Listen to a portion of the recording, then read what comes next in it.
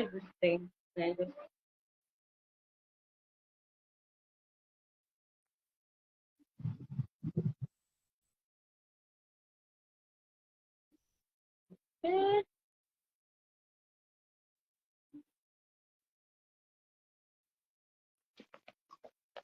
Yeah. Hey. Finally connected. Good afternoon. Good How are you evening. doing today? Fine.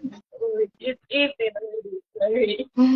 How are you doing today? Very well, thank you. Very well.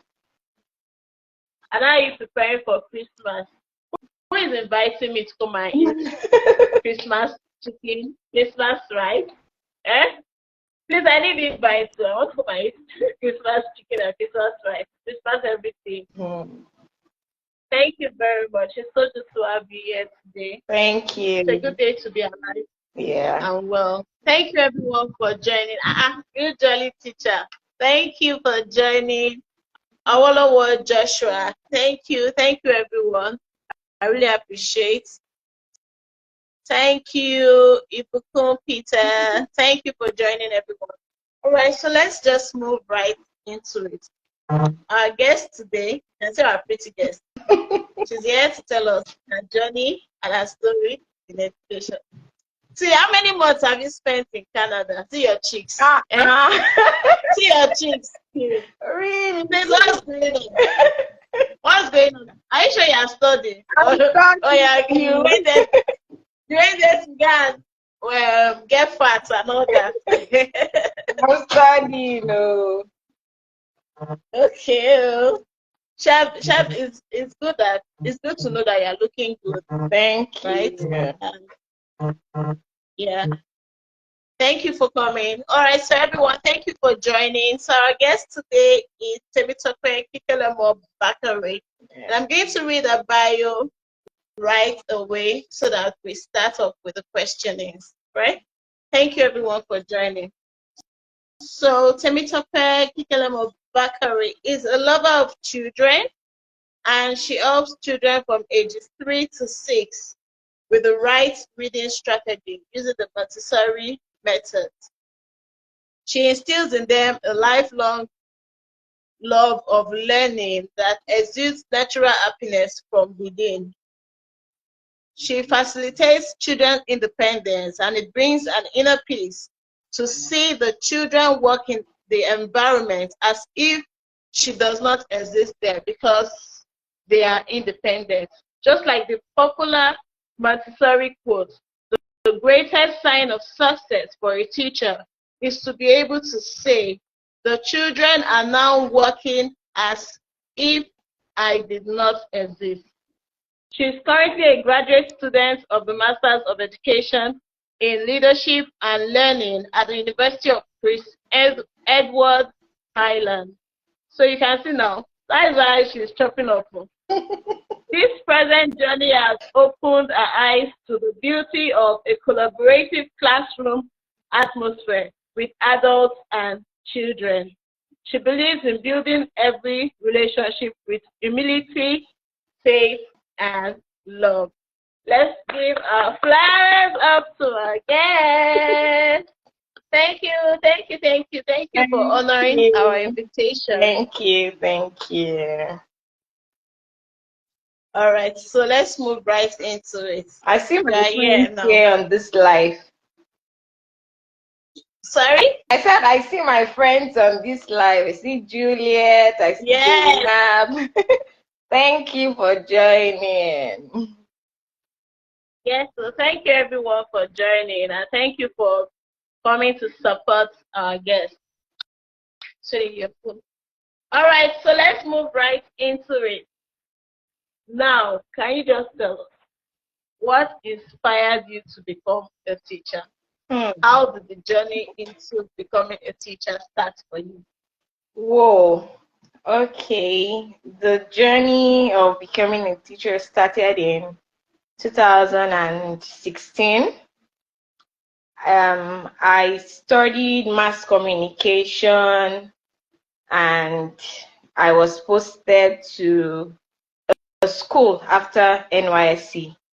And I remembered going from my NYC camp and going to my place of primary assignment in the bus, crying and like, why would I be posted to a school? Like I wanted to be posted to maybe a broadcasting station, maybe a public relation company or something. So I was just crying and like, what do I even want to teach and everything. So I remembered when I got into the principal's, okay, the director of school's office, and I was posted to Songwater, Ogun State. So I entered and it was like, okay, so what can you teach? I just tried to remember the things I loved when I was in secondary school because it was a secondary school. I was like, okay, I'll teach literature in English. And it was like, oh, they didn't have any English teacher on ground and they didn't have any literature in English teacher. So I will have to be the English teacher of the old school. I have to be the literature in English teacher. I have to be the social studies teacher. I was like, whoa. So it took me upstairs to meet the kids and the journey started. So I just remembered that at the beginning of the journey, I was just trying my best to give out what I knew and researching more. And it just started like the love for teaching. I remembered in my NYSC room then, I'll be like, God, will I continue doing this? Like, I think I'm beginning to find fulfillment in this. Would I continue? Like, I was just like, God, give me direction. What will I do when I go out of this NYSC? Do you want me to continue teaching? Do you want, like, I was just like, I was confused. I was just confused on, is it doing my master's? Is it going to do my postgraduate diploma in education? I was just like, God, I need your direction. Would I continue to be a teacher? And lo and behold, I had the dream. People were calling me teacher, teacher, teacher in that dream. And I was like, oh, this is it. This is it. And that was just the beginning for me. And I remember that in that same school, we started press club. In that same school, we started literate, I think is debating club. The children started reading news on the assembly. Like the things I learned while I was a mass communicator, I brought it into the school. The children were so happy. I was just finding fulfillment. And that was how it started. So after I hope I'm not talking too much. No. We are following you. Yeah. So after my NYSC, I remembered that, okay, since I already have a direction, like I want to teach, immediately I took Unilag form to do my postgraduate diploma in education, and I started submitting my CVs in all the schools I knew in Lagos. I remembered I went to the island. I took a bus. When I got to Lekki Phase 1, I took a bike going from one school to the other, just dropping my CV. I didn't even think of any broadcasting station or any public relation station. I was just going around to all the schools, dropping my CVs. And I remember in my cover letter, there was a quote I wrote then. And the quote is by TD Jakes. I wrote it down here because I remembered it today. It says that if you can't figure out your purpose, figure out your passion, for your passion will lead you into your purpose. So in my cover letter, I remember that I wrote it down. So when they call me for an interview and be like, oh, is it because you couldn't find a job? Is that why you're coming to the teaching? I always narrate my story like, no, I found passion in my NYC classroom. I was fulfilling, I think I will fulfill purpose in this career. So I just started, even when I didn't get a positive response, sometimes I'll say, oh, because I don't have a background in education, would I be called to teach? I was just confused, but eventually school started calling and I found myself. The first school was Princeton School, and I thank God for that opportunity. Princeton School in Sulere. I was posted to teach, like an assistant teacher in a preschool, and that's how the journey started. I just found myself so happy, wanting to go into the classroom, like with a lot of joy, happiness. Started developing myself. And by the way, I was also doing my postgraduate diploma in education. So I was doing the practical in class. I was learning the theory at school. So everything was just going hand in hand. And I remember that there's no development or any training happening in Surulere or in Lagos that I will not be there. And that was where I met you too. Yeah, I remember I met you, Yes. yes, at Learn as I Teach. And it didn't just stop there because I make sure all the people in my preschool session were also part of it. I just came across Learn as I Teach online. And I was like, oh, this is a good thing. I was just craving for knowledge on how to teach, on what's in this career that I need to know. I was just craving for it. Then I was like, wow, this is what I need. So I went back to school. I went to meet all my colleagues. Oh, there's one training, Learning as I Teach. It's not even far from us. Let's go. Every Saturday, I'll just see them and just be happy to see, oh, they are here. And so I just learned that in as much as you want to grow and as an individual, you have to carry people along to grow. You are not an island of knowledge. You should not be the all I'm the one knowing it. I was like, if I want to implement this and they are not aware of this, it cannot work. So let's just drag ourselves to this training and hear it for ourselves. Let's hear it with our own ears and everything. So that was how we started. And yeah. Yeah. Wow. Wow. How you started from not wanting to teach, and then being the one dragging other people along and Yeah. calling the people around you, call, let's go and learn how to do this thing better. Yeah. Wow, wow. Yeah. Thank you very much. So now, can you describe your journey from your early days of teaching to now? What has the journey been like? Mm. The journey has not really been easy, but the main thing that kept me going was wanting to learn more, wanting to have a skill in this thing I called teaching. Like just one, I believe in the skill theory. Like you have to just be trained, you have to be developed to be able to fit into a particular setting. So it wasn't easy. My first year of teaching, I would learn what the teachers, the way they do it. I would also go to Learn as I Teach training. I'll hear from the likes of Dr. Abimbola, Mrs. Okenyifu. I would go to cool teachers hangouts. We would learn. I I don't know if you know Miss Juliet of co-teacher and our other co-teacher. We would learn together. We would like they were there to encourage new teachers. Their story, I heard about their story. So those were the things that were like I now saw teaching as yes, this is a profession. It's a profession that you are proud of. It's not the teaching of those days that oh, it's just because of something. I wanted to be that teacher that yes, I was teaching and I was happy doing it.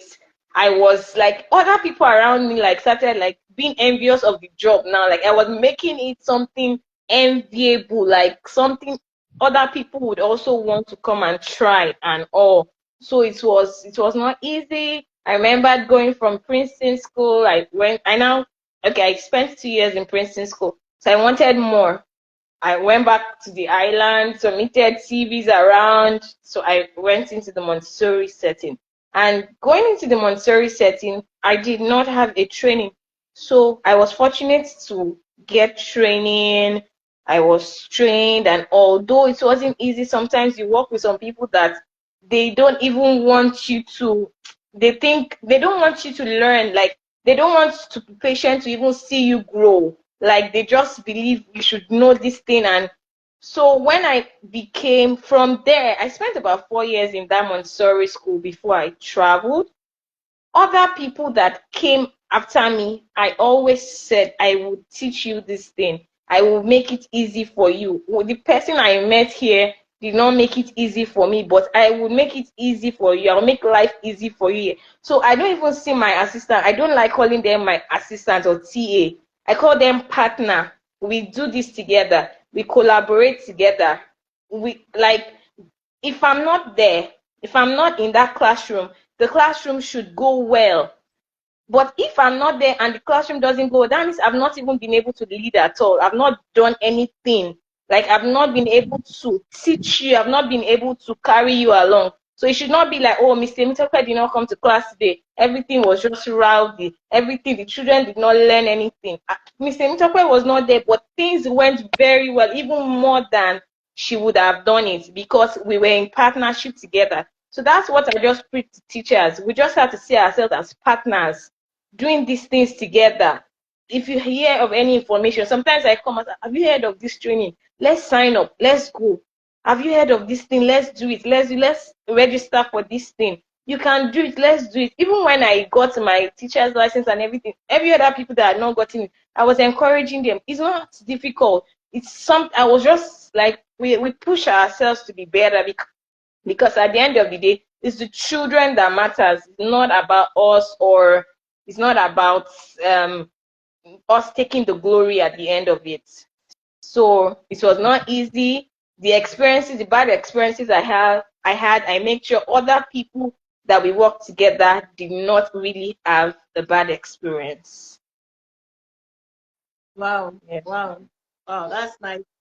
Like you made lemonade out of um your lemons. Yeah. Like the bad experiences, you turned it into something good so that others that came in after you saw the good in it and not the Yes. bad Yes. experience that you experienced. Yes. Um, all right. So can you share like a memorable or rewarding experience that you've had in the teaching profession so far? Hmm. Okay, I think I will share two memorable experiences. So I remember a child coming into my class, and the child could not even talk. He could not, he was just saying one words, like maybe TikTok, TikTok, like he could not make sentences, he could not talk and all. It was kind of special. So when the boy came, I was like, what did I do? And I remember that when I was in Unilag, I did special education. I just did it because it was an elective. I just said, let me do this thing, and I don't know what I would. Let me just try. So I did special education. So the boy came. I knew that something was different. So he was a gifted child, and I had to tell the management. I had to call a meeting with the parents to say, oh, you should not have lots of high expectations. We're going to take it steady and all. So I was just glad that my years with that child, with the help of my partner and everything, every we saw growth. He could talk, he could do lots of things. As in, it's something that I just always thank God. When people ask me what is your achievement, I count it as an achievement for me because I knew how it came. I knew the whole process and everything, and I just thank God. And that's why I love teaching, because you see what your work, you see it in the, you might not see a whole lot, but you see the little, they say little drop makes an ocean. So that drop you're doing, that thing you are doing, you see a change, you see a difference, and it's really a big achievement for me in the life of that child. And I am grateful that we were able to accept that child, because the first thing is being accepting, and you now being empathetic, you now trying to help that child and everything. So I am just glad. That's one of my, yeah, I'll call it a lollipop moment. Then another lollipop moment in my teaching field was when I was traveling, when my staff members, like my colleagues and every other person, when they had to send me off, the things they were saying in that little gathering, like I didn't know they were talking about me. Like even new people that came to the school, the way they were like, oh, she's always helping us out, always ensuring that we are better. She's always this, she's always that. Like I was just so happy. Like this is good. This is what we call like what you call, you're impacting lives. you're not just impacting the lives of the children that come around, also your colleague. You want people to be happy, people to grow. You don't want them to be in a toxic environment, because sometimes schools can be so toxic. Like I remember when I started, when I moved to another school, when I'm going to that school, my heart is always beating. It's always pumping. Like, what am I going to meet today again? Like, what would be the problem again? But I make sure that new people that came had a different experience. So when I was going and they were saying those things, I was just happy and like, oh, this is good. Like, it's a lollipop moment for me. Like, this is good. I will look back and say, yes, this is it. It was worth it for you at the Yeah. end of the day. Yeah, yeah. Yeah. Did you at any point in time feel like you missed practicing mass communication, or did you ever feel like that? Oh, I should have just done my mass communication, like this education thing. The wala is too much.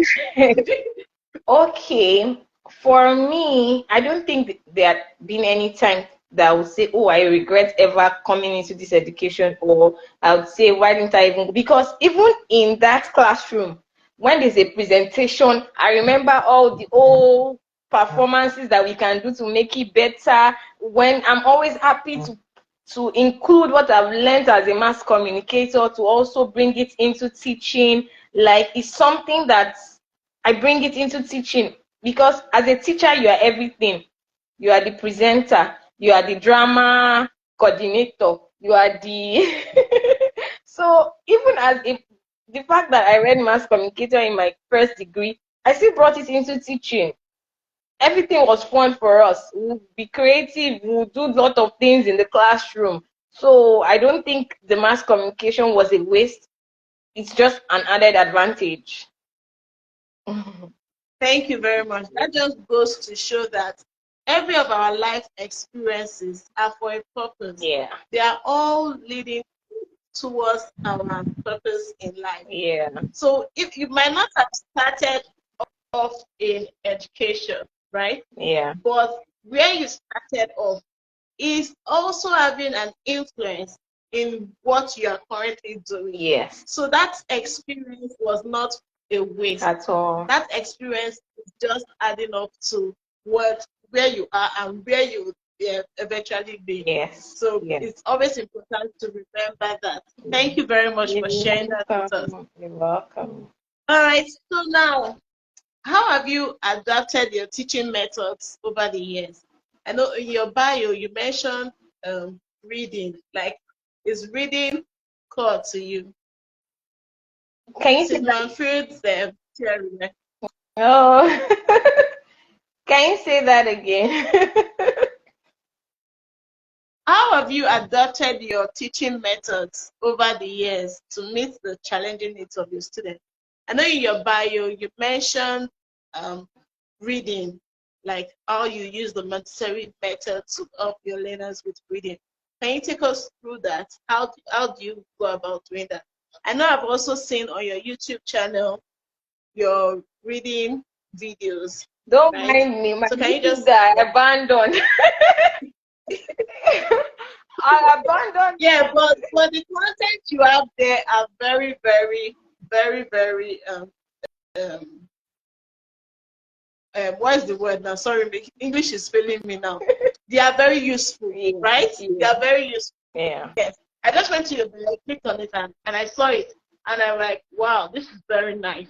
So it's just a matter of you continuing in it and all that. Yeah.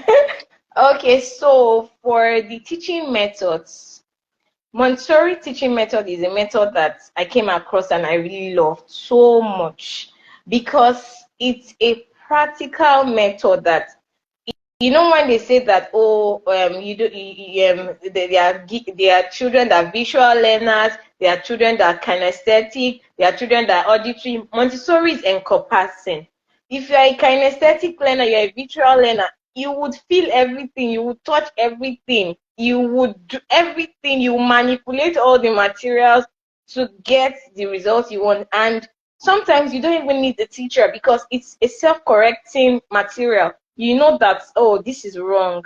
there's a control card there. Oh, I didn't do it right, and it redirects you. So for reading, it was so easy that people come into the classroom, like children that are already like maybe 5 years old and they didn't start the reading on time, and they're already reading because all the materials are something they can feel, they can touch.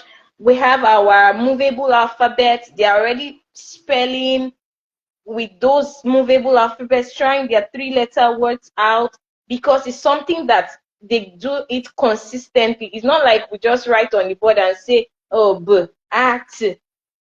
You see it, you form it yourself, you touch it. It's something that is just really fun. We have the stages. Oh, you are still on pink series. Oh, get lots of objects that are based on the initial sounds. Get all your cards. We have some cards that we have words, their pictures, trying to spell it yourself, building the words yourself, as if the teacher does not even exist. Just say, okay, this is it, show that child, and the child already is interested in it and doing it again. The materials are just great. It makes children read faster by the guidance of them, of the teacher. So even at home, we can buy those materials for our kids. Just learn, try those materials out. You don't need to just be in a classroom and say, oh, my child's school is not in Montessori. You can buy those things. They sell them online. Movable alphabet, objects, and object boxes, things that would interest the kids. They want to manipulate those objects. They want to use it. Sometimes they might not be interested in our laminated papers and something. They want something they can feel, something they will think they are playing, but they're actually learning. So the Montessori method really helped, especially for um, gifted Yes. children, yes, special needs children that came into the classroom. Their parents would be like, whoa, is this the child I just brought now? Because they are always engaged. You cannot see them just running around and being restless, or they are engaged, they are doing something, they are touching something, and they have the privilege to choose their interest. Oh, I don't want to do this now, I want to do this now. So they are always engaged, and their brain is working, their whole body is working. So it's actually a good method for special needs children and even other children. Thank you. I like the fact that you mentioned that even at home you can do it, use it for your children. Yeah, And you don't have to wait to go to a Montessori school. yeah. That was how I got into the early years, because I was learning these things to use for my own children at home. Mm, And then I just found out that okay, and now when I go to schools, they just want me to be in the early years, and then I just like play. I did 5 years in the early years. Do you yeah, understand? So that is very, very important. This is one message I've been preaching. yeah, Parents need to get involved. yeah, Parents need to start doing these things with their children at home. You don't have to wait for a special school or wait to you get to school yeah, before you can do this. You need to engage your children with yeah, these things at home. yeah. You don't have to you don't have to break the bank to buy all the materials. Sometimes you can Make it, improvise yeah, those materials yeah, at home and yeah, even anywhere, yeah, just to help your child. yeah, The essence of this is we are all working together to help the child. The child is the focus here. yeah. Both parents and teachers, everyone working together to help the child. Thank you very much. I like that you mentioned that. All right, so now, so that we don't keep you for too long, right? Please, what advice do you have for teachers, upcoming, those that are already high flyers in the education space, and like if from your own experience, what advice do you have for teachers? Okay, so the advice I would have for teachers is that in every of our lives, we should think like a transformational teacher. We should think like a transformational teacher leader, because for a teacher, in as much as you are in that classroom, you're already a leader. You will not say, oh, I'm not the director of the school, I don't, it's none of my business, am I the leader, am I the head of the class? No, we are transformational leaders ourselves. We are a teacher leader ourselves. So in that sphere we find ourselves, we should be a motivation to somebody else, be a motivation to the child, be a motivation to your co-teachers, inspire them, or have sometimes be the servant. If you want a change to happen in this area, do those things. Let people see you and say, oh, okay, this person is doing this, so we can do it. And you have like, oh, this is the vision I have. Oh, isn't sometimes they might not follow it. It's not compulsory that, oh, they follow it, but oh, this is what I think. Just share your vision, share what you think with people, and see how you can. And if it's not achievable, just you try to start it. And people are like, oh, I think it's actually working. I think it can actually work. And also, we should also have that intellectual, um like a simulation, like, oh, you should know that sometimes people can bring innovations. It should not be like, this is how we do it here, this was how we were doing it from time past. That is how. No, no, no, no, no. We cannot change. Make people listen to people's ideas. Let them give you ideas on how things can work.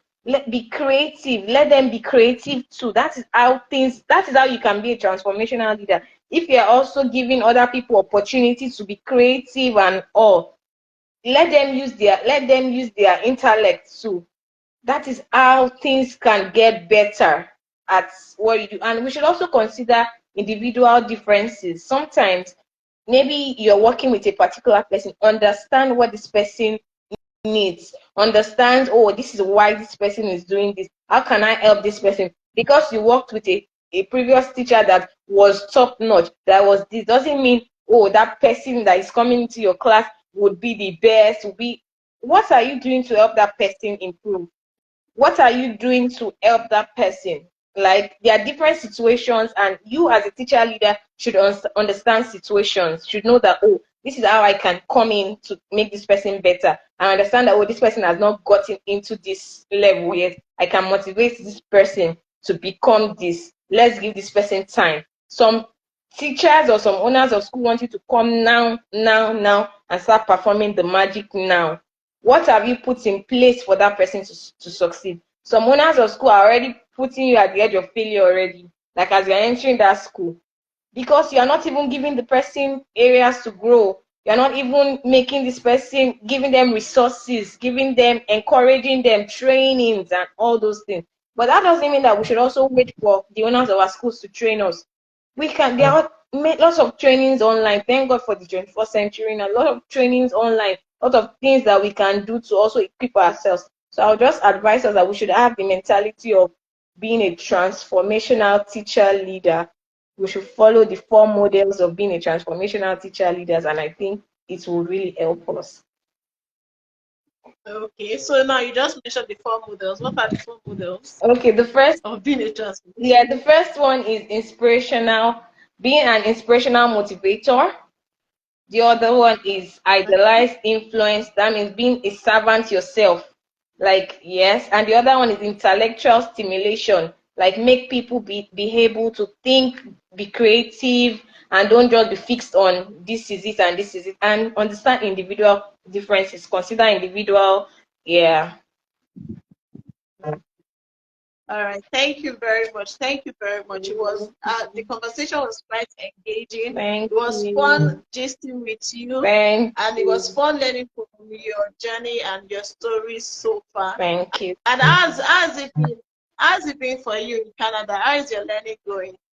Well, my learning is a new experience, and I am grateful. And also, as teachers, we might plan to want to jackpa or not jackpa, but in any way, like we find ourselves, in as much as we are getting those skills and everything, we should value our certifications, all those things. Because if we think, oh, some people, before I traveled, it was like, oh, your certification teaching, when you get there, you might not be able to teach when you get there because they will not recognize your certificate. That's not true.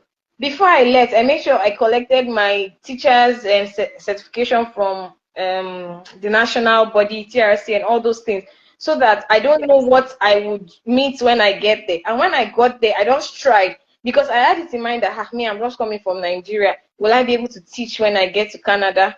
Would I be able to? I just tried my best. Like I just tried looking for schools, early years centers, and I just downloaded lot of the way I did in Nigeria before I got the jobs I did.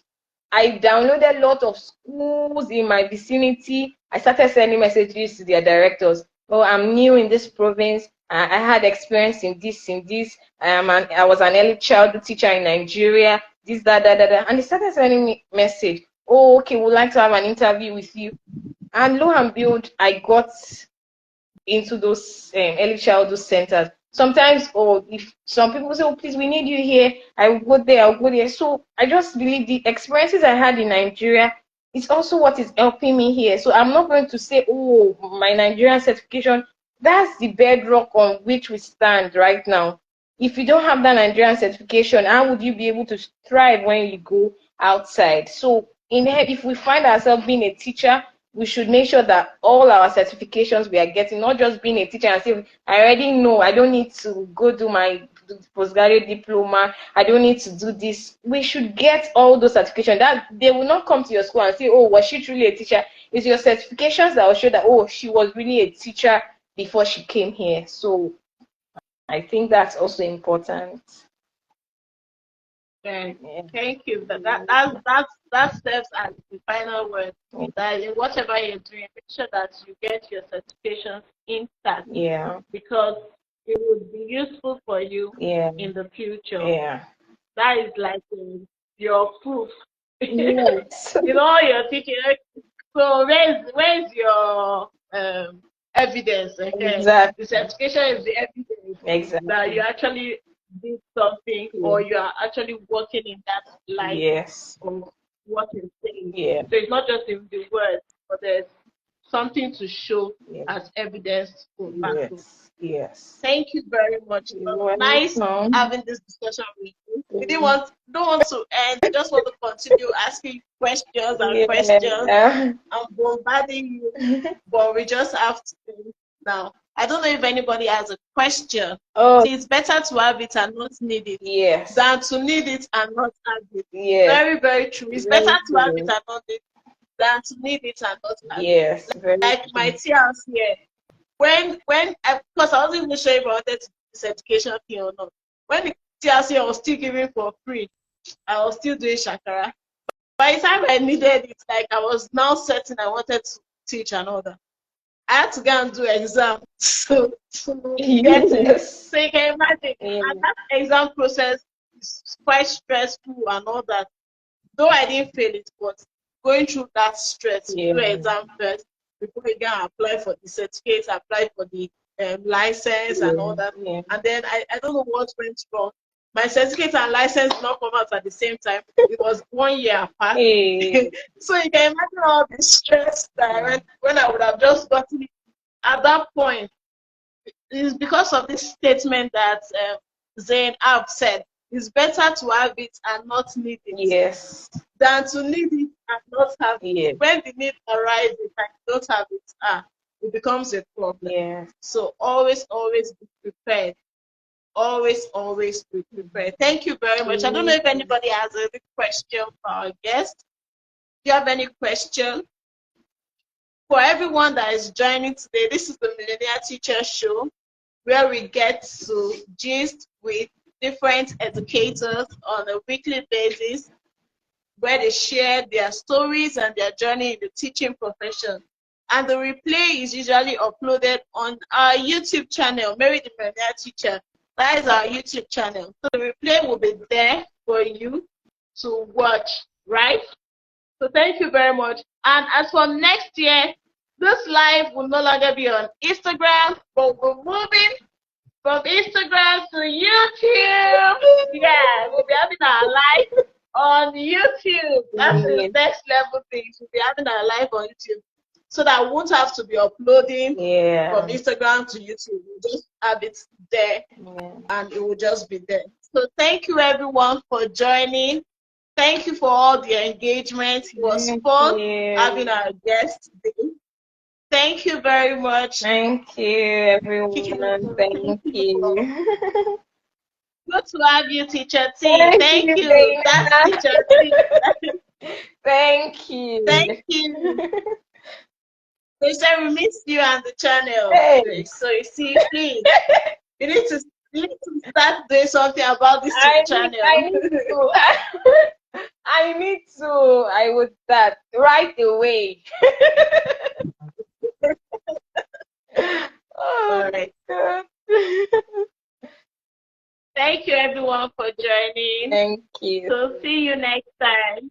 Yeah, thank you to our guests. Thank you very much. Bye. Bye. All right.